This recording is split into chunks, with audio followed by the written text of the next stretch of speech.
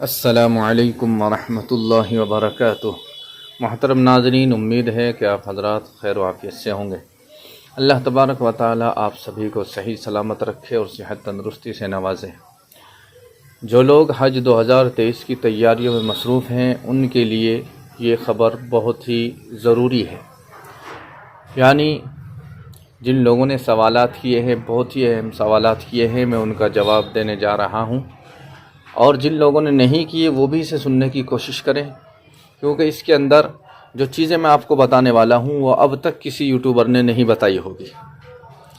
मिसाल के तौर पर इसमें जो आप हजरात ने सवाल किए हैं कि हमारी जो है मंजूरी कब से आनी शुरू हो जाएगी, इसके सवाल का जवाब भी इंशाल्लाह मैं आपको दूंगा। यूपी का कोटा कितना है, कवर हेड जो है हम किसे बना सकते हैं, हमारा एड्रेस यूपी का है, क्या हम दिल्ली वाले को कवर हेड बना सकते हैं, या स्टेट हमारा यूपी का है और हम दिल्ली में जाकर फार्म भर सकते हैं। इसी तरह से जो है अरफात के मैदान में हम ज़ोहर और असर की नमाज़ इकट्ठी पढ़ सकते हैं या नहीं पढ़ सकते। इसी तरह से हज का खुतबा सुनना ये ज़रूरी है या नहीं है। मक्के मदीने में खाना पका सकते हैं या नहीं पका सकते। ग्रुप में एक आदमी को जोड़ना है तो कैसे जोड़ें, अगर ग्रुप से किसी को हटाना है तो कैसे हटाएं। तो ये बहुत ही महत्वपूर्ण सवाल है जो आप हजरात ने पूछे हैं और इनका मैंने जवाब हज कमेटी से जो है राब्ता करके कन्फर्म कर लिया है और सही जानकारी मैं आपको इंशाल्लाह देने जा रहा हूँ।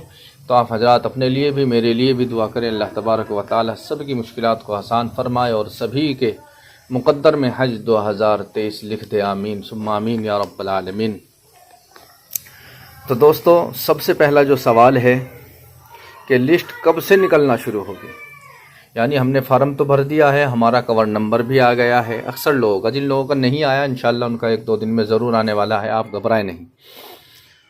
तो आपकी मंजूरी कौन सी तारीख से शुरू होगी, तो इसके बारे में उन्होंने बताया है कि अगर हज फार्म की तारीख़ नहीं बढ़ती, यानी 10 मार्च तो लास्ट है, अगर इसके बाद तारीख़ को बढ़ा दिया गया फार्म भरने की तो बात अलग है। अगर तारीख़ नहीं बढ़ाई गई, जैसे वक्त का तकाज़ा है, वक्त की किल्लत है, वक्त बहुत कम है, तो फिर जो है 20 मार्च से जो है आपकी मंजूरी आना शुरू हो जाएगी। और दूसरा, बहुत सारे लोग ये सवाल करते हैं जी यूपी का कोटा कितना है, यूपी का कोटा कितना है। तो दोस्तों, यूपी का जो कोटा है वो 32,000 है।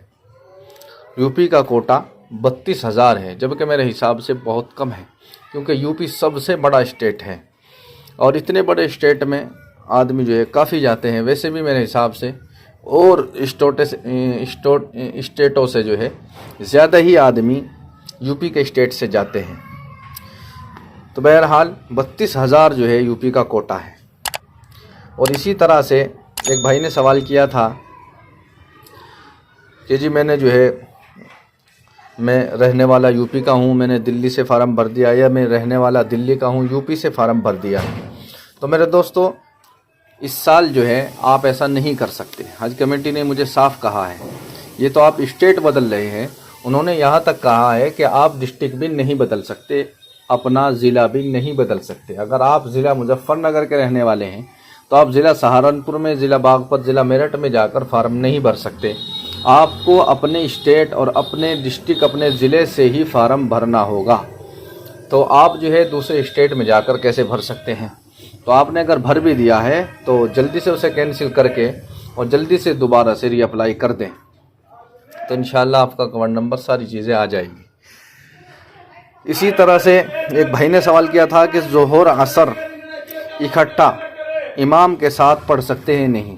अरफात में ज़ोहर असर की नमाज़ इकट्ठी हम इमाम के पीछे पढ़ सकते हैं, नहीं पढ़ सकते। दोस्तों, हम नहीं पढ़ सकते। क्यों नहीं पढ़ सकते? इसलिए कि वहाँ जो इमाम आता है वो बाहर से आता है और वो नमाज जो है कसर पढ़ाता है और हमें नमाज पूरी पढ़नी है, क्योंकि हम मुसाफिर नहीं हैं। मुसाफिर इसलिए नहीं है क्योंकि मक्के में जब आदमी रहता है तो वो तकरीबन 1 महीना जो है मक्के में क़याम रहता है, क्योंकि मदीने में तो 8 दिन हम वहाँ रहते हैं, 40 नमाज़ें पढ़ते हैं। उसके बाद सारा वक्त हमारा मक्के में गुजरता है। तो मक्के में जब हम 1 महीना रहे, 15 दिन से ज़्यादा रहे, तो हम मुकीम हो गए, मुसाफिर नहीं रहे। लिहाजा हम इमाम के पीछे नमाज नहीं पढ़ेंगे। अगर पढ़ेंगे भी तो अपनी नमाज पूरी करेंगे, वो तो 2 पर सलाम फेर देंगे, हमें 4 पढ़नी होगी। वहाँ जाने के बाद आप देखोगे बहुत सारे लोग आपको कंफ्यूज करेंगे, परेशान करेंगे, कहेंगे जी नहीं हम तो मुसाफिर हैं, हम तो 2 ही पढ़ेंगे, हम इतना लंबा सफ़र करके आए हैं। दोस्तों मुसाफिर जो है 15 दिन से कम कहलाता है। जो 15 दिन से कम अगर ठहरने का आपका इरादा है तो आप मुसाफिर हैं। अगर 15 दिन से ज़्यादा आपका क़याम करने का इरादा है तो आप मुसाफिर नहीं है, मुकीम हो गए। लिहाजा हम मक्के में जो है मुकीम होते हैं, मुसाफिर नहीं होते। इसलिए आपको नमाज पूरी पढ़नी है। इसलिए आप जो है अपने खेमे में अपनी जमात कर लें और पूरी नमाज पढ़ें। तो दोस्तों इसी तरह एक भाई ने सवाल किया था कि हज का खुतबा सुनना ज़रूरी है या नहीं, हम हज का खुतबा कैसे सुने या ना सुने। मेरे दोस्तों वहाँ जो है बहुत दूर दूर खेमे होते हैं जहाँ तक आवाज़ का आना भी मुश्किल हो जाता है। तो हज का जो खुतबा है ये सुनना जो है सुन्नत है। अगर आप सुन लें और आपको आवाज़ आ जाए, ऐसी जगह मिल जाए जहाँ आप सुन सकते हैं तो बहुत अच्छी बात है, आप सुने। लेकिन अगर आपको आवाज़ नहीं आ रही है, नहीं आवाज़ आ रही है, नहीं सुन पा रहे हैं तो कोई बात नहीं, इसमें परेशान होने वाली कोई बात नहीं है। इसी तरह से एक भाई ने कहा कि क्या मक्के में खाना पका सकते हैं। दोस्तों आप मदीने में खाना नहीं पका सकते, मक्के में आप खाना पका सकते हैं, क्योंकि इस साल एक ही कैटेगरी है, ग्रीन कैटेगरी को ख़त्म कर दिया गया है। जो स्टैंडर्ड लोगों की होती थी, मालदार लोगों की होती थी, उसमें खाना पकाने की इजाज़त भी नहीं होती थी। अजीज़िया में पहले से ही खाना पकाने की इजाज़त है, क्योंकि यह हरम से काफ़ी दूर है। तकरीबन बस में भी जब आप जाएंगे तो आधा पौना घंटा आपको जो है लगेगा हरम तक पहुंचने में। तो वहाँ जो है आपको किचन भी मिलेगा और आपको जो है गैस भी मिलेगा और आपको जो है खाने पकाने की सारी सुविधाएं मिलेगी। आप मक्के में खाना पका सकते हैं। इसी तरह से एक भाई ने सवाल किया कि मेरा कवर नंबर भी आ गया है और मैं एक आदमी को जोड़ना चाहता हूँ। तो दोस्तों जिन लोगों का कवर नंबर आ गया है और वो किसी को अपने साथ जोड़ना चाहते हैं तो अब वो नहीं जोड़ सकते, अब अगर वो जोड़ना चाहते हैं तो अपने ग्रुप को जो है लॉगिन आईडी कर करके अपनी उसे जो है ग्रुप को डिलीट करना होगा, सबसे नीचे जो ऑप्शन आ रहा है, और दोबारा से रीअप्लाई करना होगा सारों को मिलाकर, नहीं तो अब आप किसी को नहीं जोड़ सकते। इसी तरह से एक भाई ने कहा था कि जी हम 3 आदमी हैं, हम एक को हटाना चाहते हैं या वो हटाना चाहता है, हम क्या करें। दोस्तों अगर आपका कवर नंबर नहीं आया है तो आप जो है एडिट के ऑप्शन में जाकर जो है उसे हटा सकते हैं। लेकिन अगर आपका कवर नंबर आ गया है तो आप जो है नहीं हटा सकते। अब आपको क्या करना होगा, आपका कवर नंबर आ गया, आपका कुरानदाजी में नाम निकल आएगा, तो उसके बाद आप जो है रिक्वेस्ट डालेंगे, आप जो है फॉर्म भरेंगे और कैंसिल के जो है रिक्वेस्ट डालेंगे।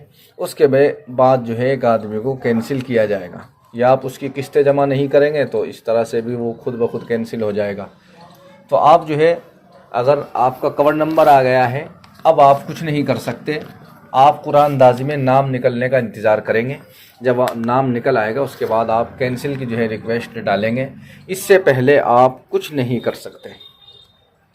तो दोस्तों ये थे आप लोगों के सवालात, और बहुत सारे लोगों ने ख़ास तौर से भाई अब्दुल अज़ीज़ भट्ट, इन्होंने जो है बार बार सेहत के लिए जो है दरख्वास्त की है, दुआ के लिए। मैं इनके लिए भी और सब के लिए भी जिन्होंने नहीं भी कहा, कहने का इरादा रखते थे, नहीं कह सके किसी वजह से, शर्म की वजह से, या दिल में ही उनके ये बात है कि मैं भी दुआ के लिए कहता, तो मैं सभी के लिए दुआ गो हूँ जो भी हज 2023 में जा रहे हैं। अल्लाह ताला सबको सेहत तंदुरुस्ती अता फ़रमाए और जल्द से जल्द शिफा कुल्ली आजिला मुस्तमिर दाइमा नसीब फ़रमाए, और हज का सफ़र भी आसान फ़रमाए, और उसके जो भी इंतज़ामात हैं और अल्लाह ताला वो भी गैब से मुहैया फ़रमाए। तो दोस्तों आखिर में आपसे गुजारिश है, अगर चैनल को सब्सक्राइब नहीं किया तो जल्दी से कर लीजिए ताकि आने वाली वीडियो का नोटिफिकेशन आपको मिलता रहे। वीडियो अच्छी लगी है तो लाइक कर दें, शेयर कर दें, व्हाट्सएप पर शेयर कर दें और इंस्टाग्राम पर, इसी तरह फेसबुक पर, तमाम सोशल मीडिया पर जो है आप इस वीडियो को शेयर कर दें ताकि लोगों का भला हो और वो अच्छी जानकारी प्राप्त कर सके, उन्हें मिल सके। आइए चलते हैं, फिर मुलाकात होगी। अस्सलामु अलैकुम व रहमतुल्लाहि व बरकातुहू।